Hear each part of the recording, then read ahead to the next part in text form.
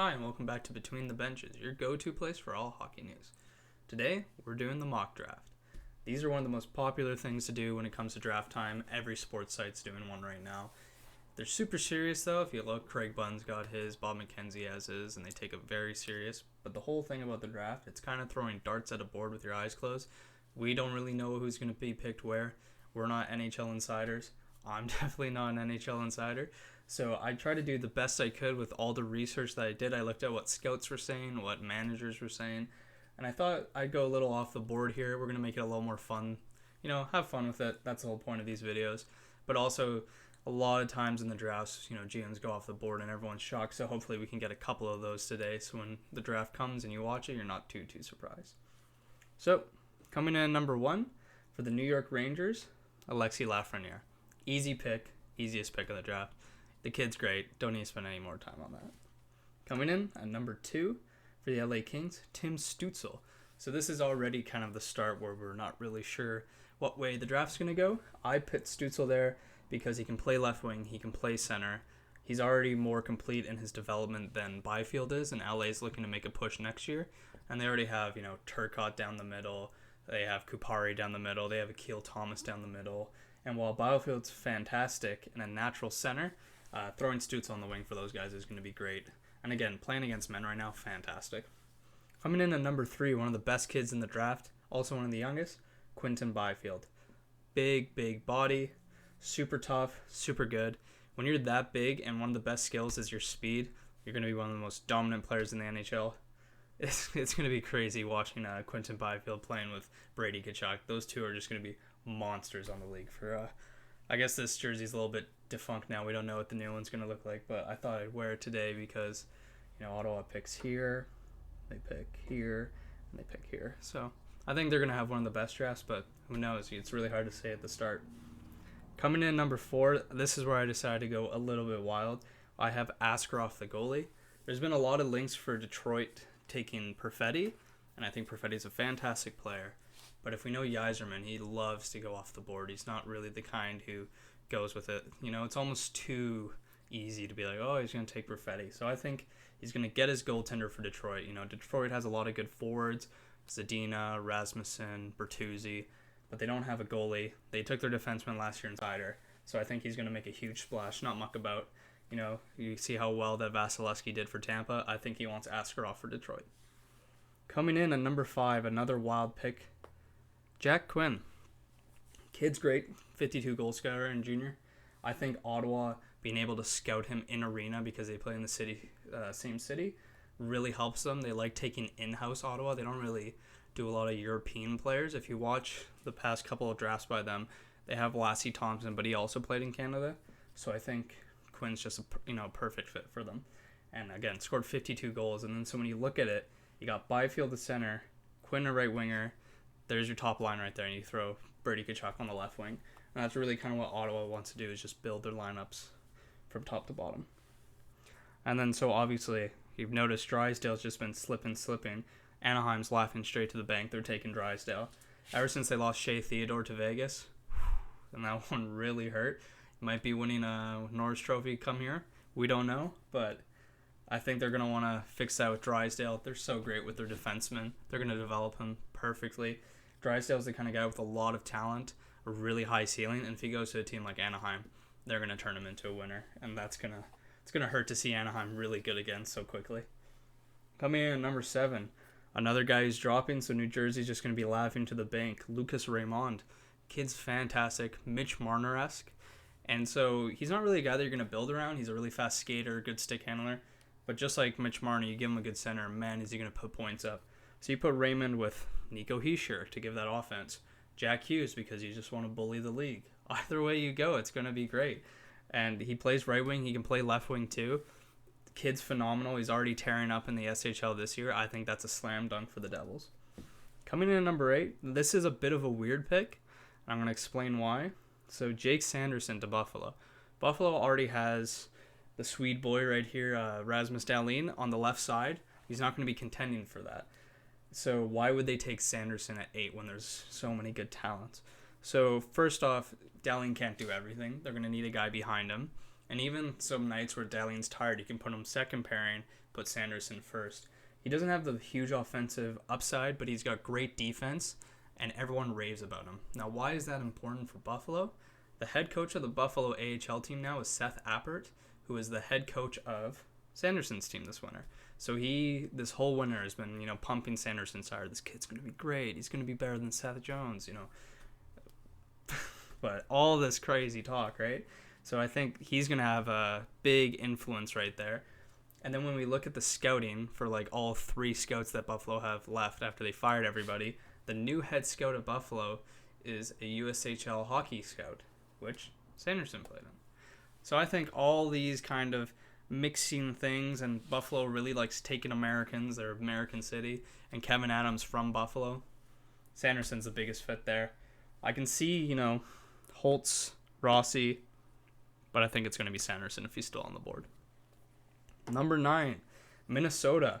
After getting rid of the fun dad, Eric Stahl, to Buffalo, they're going to take Cole Perfetti. Cole Perfetti, high IQ, kid's crazy. He's playing 4D chess when he's out there on the rink. Love the kid, really fun to watch.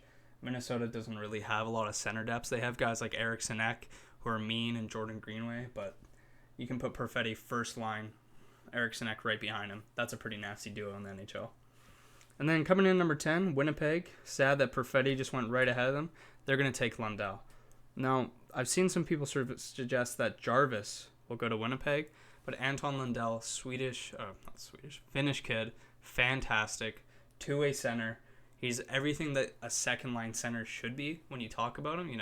Defensively responsible, can chip in some goals, plays 200-foot hockey, works hard. And again, the Finnish connection's huge. Winnipeg always likes taking great Finnish kids, and I think he'd be great for Scheifele. And there's been a lot of trade talk with Laine. I don't really buy into it until something happens.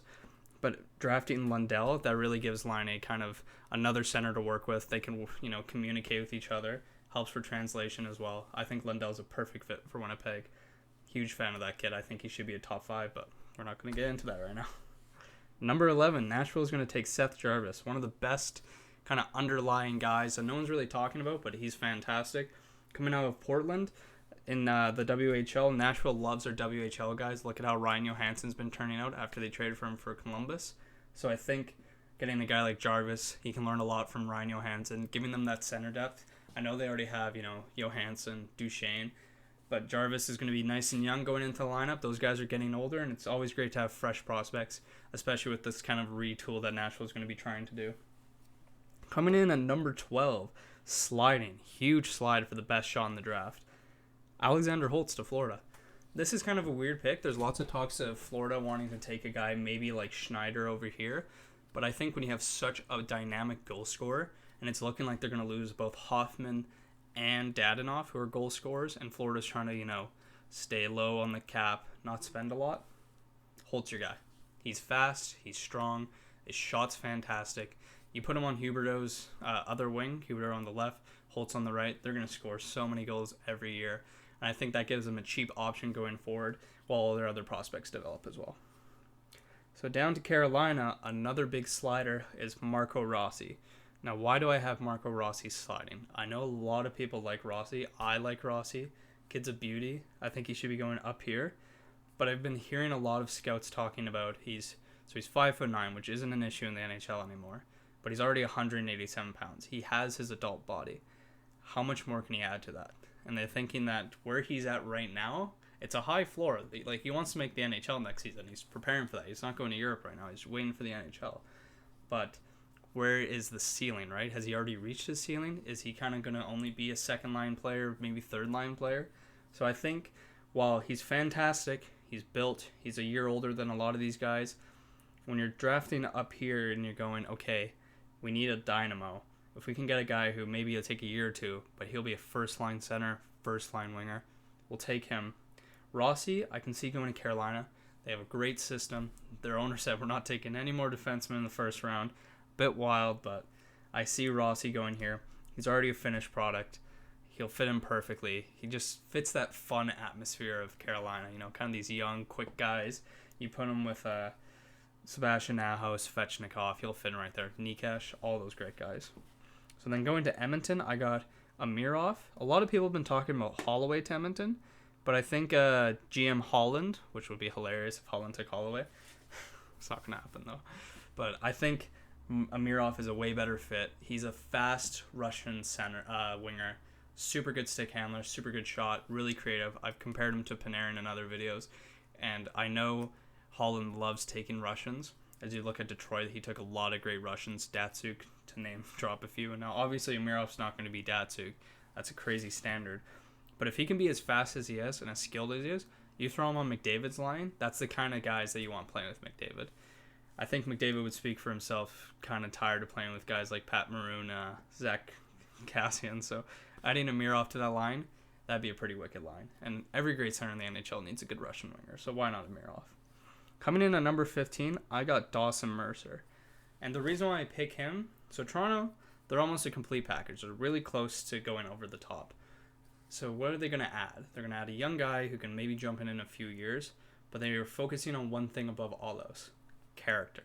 There's been a lot of talk of issues in the locker room, and I don't really buy into all that gossip stuff. But if you can add a guy like Mercer, he works hard, he's got a great work ethic, every coach loves him. You're not expecting him to be a number one center. You got Matthews, you got Tavares. That's not what Mercer's going to be.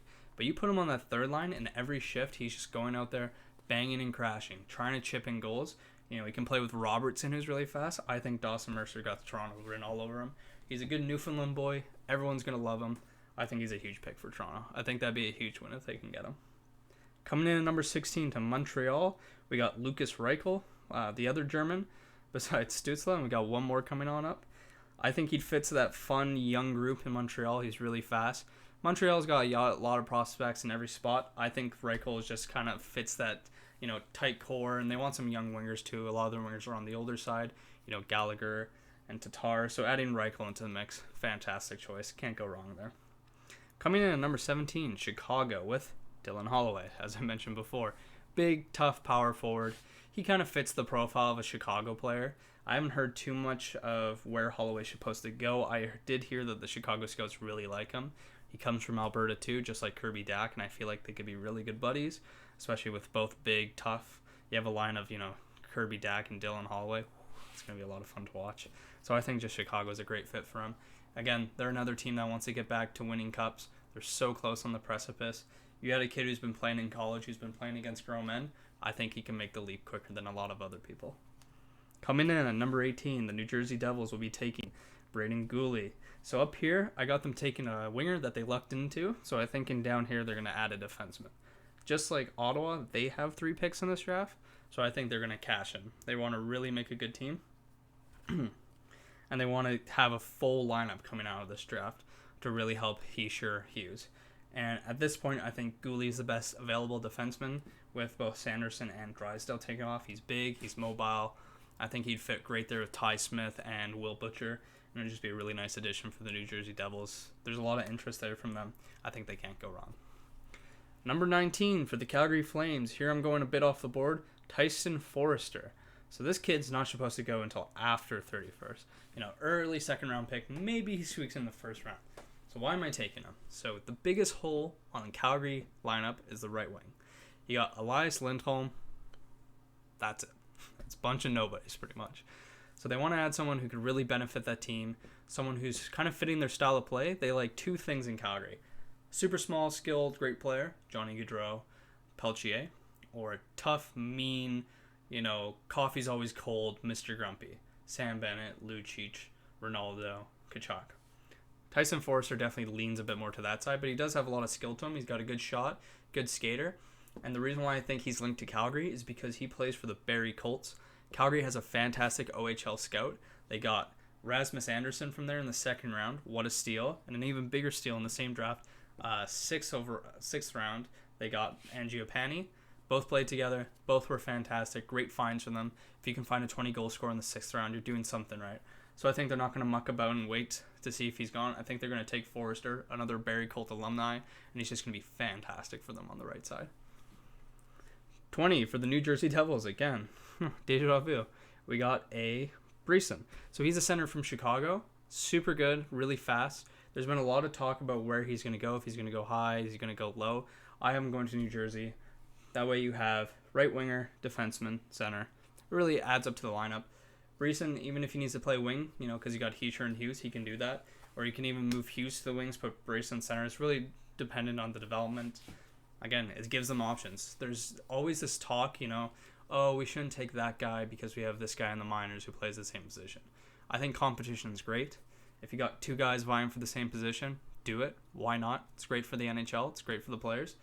And you can always move guys around. You can even, Bryson turns out to be a great center, ship him out, get a left winger, find someone great. There's never a bad idea to take the best player available. Too many teams draft by position. I think it hurts a lot of guys. Coming in at number 21, we got Schneider. He's a defenseman from the WHL. Big, mean, Shea Weber-esque, but we don't want to put too much pressure on the kid. But playing for Brandon, he's just such a mean guy. Love watching him. Really good, mobile guy. Kind of plays the body. He's got a wicked shot. The reason why I have him going to Columbus, they have kind of a weak blue line. They don't really, not in the league, they have Seth Jones and Werenski, but in the prospect pool, they don't really have any good, strong blue liners. But they do have a couple forward prospects. So I think at 21, if you got a guy like Schneider sliding, you take him there, cash in, and then, just make like bandits. Number 22, to the New York Rangers, I got Barron. Now, this is a bit of a controversial pick right now. Before, easy money, going to New York Rangers, fantastic fit, defenseman from Halifax, great fit.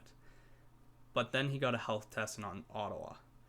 And apparently he has a blood clot and he might be out for the whole year. And that's very scary for a young player. I'm sure Barron's pretty terrified of that. So why do I have him going to the Rangers so high? They have lucked in somehow to Alexi Lafreniere. And then the year before, Capo Caco. They have Fox, because Fox wanted to play in New York. They got D'Angelo. New York, it doesn't matter what they do, talent will come to them. So if they strongly believe Barron's the right guy, they don't need to rush. They don't need help like a lot of these other teams do. They can take time. They can go, Barron, we know you got a blood clot. Heal yourself up. When you're ready, we're ready. And just take him at 22. You take the best guy. New York doesn't muck about like that. They took Keandre Miller a couple of years ago. He was the best guy then. I think they do the same thing and they take Barron. Coming in at number 23, sliding a bit, Connor Zary. Not the greatest skater, but great tools, great penalty killer, a bit mean. He screams Philadelphia to me. Their center depth needs a bit of young guns in it, especially with, Giroux getting older. Hayes is only going to get older. So you can throw Connor Zary in there. I think he's going to be fantastic. And they love their WHL boys over there. Coming in at number 24 to the Washington Capitals, we got William Willander. Swedish D, puck moving.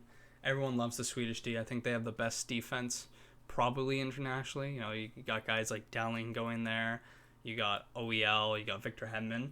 So if you can get a Swedish defenseman, Washington, again, another cup team, they just want to add a piece for the future. Their defensemen are getting old. And if you can add a puck-moving guy, you already got guys like Connor McMichael up front. I think Willander's the guy you take. 25th, Greg. So Ridley Gregg's been talked about a lot. He's a center that's kind of been, climbing the chart, playing for Brandon Wheat Kings. And a lot of scouts are saying, don't sleep on Greg. He's going to be picked in the first round, a lot higher than people think. The way I had mine, I have a lot of guys sliding with a lot of guys being picked higher than I anticipated. I think, unfortunately, Greg's just one of the guys who slide. But that screams Colorado to me. Colorado always finds the diamonds in the rough. Getting Alex Newhook last year, unbelievable. They get another good one in Greg. Having this strong center depth, they can really do whatever they want. They can throw Kadri on the wing. They can throw Greg on the wing. They can throw Newhook on the wing. Again, doesn't hurt to have centers. It's the best position in hockey. And so adding another great center would be huge. So number 26, one of the big fallers in my mock draft, Jacob Perreault. This kid's got a wicked shot. Just absolute bombs from his wrist shot. Definitely one of the top shots in the draft behind maybe Holtz and Quinn. The kid's just fantastic. He's got a motor that doesn't stop. He's just such a great skater. And again, just how everything else plays out, I think he just drops. But St. Louis loves guys like that. He plays for the Sarnia Sting, which is where Jordan Kyrou is from, another prospect from St. Louis. And St. Louis is a team that takes it really patient. Watch how they developed Robert Thomas, how they developed Kyrou. They let him develop. And I think Perreault's another guy that they'll have no issue developing. They'll just say, hey, take it easy in the minors. Don't worry whatsoever. You got this. Coming in at number 29, Vegas Golden Knights. Jumped a bit there. 27, Anaheim, taking JJ Peterka, the last German in the first round. 3 Germans in the first round. That is insane for an NHL draft. That's huge. We love to see smaller market countries really getting into hockey. Germany getting into hockey so much, it's fantastic to watch. But Anaheim, they got their defenseman at 6. Bit of a surprise there. I don't think they think themselves they're going to get a great defenseman at 6, but they did it. So I think they're going to take a strong left winger. They have really good center depth, Sam Steele, Max Jones in the prospects. I think they just need a fast scoring winger. Peterka adds that. He's really feisty. He's starting to climb a bit in the rankings. He jumped super high at the start of this whole lockdown. He was going around here, and now he's kind of dropped a bit. So I think 27 is a great place for him to go to Anaheim. Coming in at number 28, the last pick for the Ottawa Senators and the black jerseys that they're supposedly going to reveal. I got O'Rourke. He's a center. Pretty good center, too. Sorry, it's not center. Defenseman. Because here we got them drafting a center. Here we got them taking a right winger. Why not a defenseman there? It really just, like I said, the plan of Ottawa, build their lineup right now, round it out. You got Thomas Chabot. You got Bernard Docker. If you add O'Rourke, that's just another great piece of the puzzle. And I think Ottawa's going to make like bandits in this draft. They say I think it's 60% of the first rounders make it to the NHL. Ottawa's got great odds. Even if O'Rourke doesn't make it, hitting with Byfield, hitting with Quinn, and just getting that draft capital of 28, can't go wrong. There's a lot of guys going to be graduating from Belleville, and he'll just slide in perfectly there in a couple years. Coming in at number 29, this is a bit off the board as well. Ozzy Wisblatt. He's from Calgary, Alberta. Big fan of him. Great player. Fantastic story, too. If you ever get the chance, read about him. He was raised by a single mother who was deaf. Fantastic story. He's a great kid. Really beautiful to read about it. But I think he's going to go to Vegas. He's a very fast, skilled winger. Vegas loves guys like that, taking Krebs, taking Suzuki, all these fast, skilled guys. He would fit in great with their lineup, especially with, the right side getting a bit older. I think he's a natural fit for Vegas if they keep that pick. We'll get to that in a bit. Coming in at number 30, Noel Gunler. Dallas was so close. So very close. And when you watch their playoff rush, they do this thing where they have these great guys just sitting in the wings, and they can just put them in at any time. And I think Noel Gunler is going to be that. When they take him, obviously they would love to have him turn into a first liner. But if he's just a guy who can chip in a couple goals, when you're trying to make deep playoff rushes, I think he will be the most NHL ready out of the guys left over. Sweet skills, Swedish player, fantastic to watch. Coming in at number 31 to the San Jose Sharks. They got in there finally with the 31 pick. We got Bork. San Jose needs help everywhere. Getting a center doesn't hurt them. It's really just the best center available. San Jose is going to take what they can get. And this is such a deep draft. The talent doesn't really drop off. A lot of people are saying until 50. So I think Bork's a fantastic pick. Again, they need to start building up their prospect pool. They got Ryan Merkley, and I think Bork's a good next step. So this is the mock draft, guys. This is pretty much how I see it going. Things are going to change from here till Tuesday. I don't know what's going to change. Maybe there's going to be a couple trades. I put little red dots here for teams that I think can move their picks. So we got Vegas, because Vegas apparently hates having prospects and they just want to win. I know, how can they win all the time? Didn't win with those gold jerseys, though. That's a big yikes in my department, but we won't get into that. 26, St. Louis. Cup winners, they want to go back. They want to win another cup. With Peter Angelo maybe leaving, they might trade that, get some dead cap away so they can sign him. 20th, New Jersey Devils. They feel like they're on the cusp. They made the playoff a few years ago. They added Hughes. If you can move that third pick to get a really good player in the lineup and really push them forward, I think they're going to do it. And Calgary. Calgary goes in this pattern. They take a forward in the draft, they take a defenseman in the draft, and they trade their pick. So they took a defenseman, not last year, but the year before. They took a forward last year. It's time to trade the pick. It's just how it goes with Calgary. I don't know why Trey Living does that. It's just his pattern. He's been doing it for years. So, based off no evidence, I'm going to say Calgary trades the pick. And yeah, that's pretty much it. Let me know what you guys think in the comments down below. Please hit like and subscribe.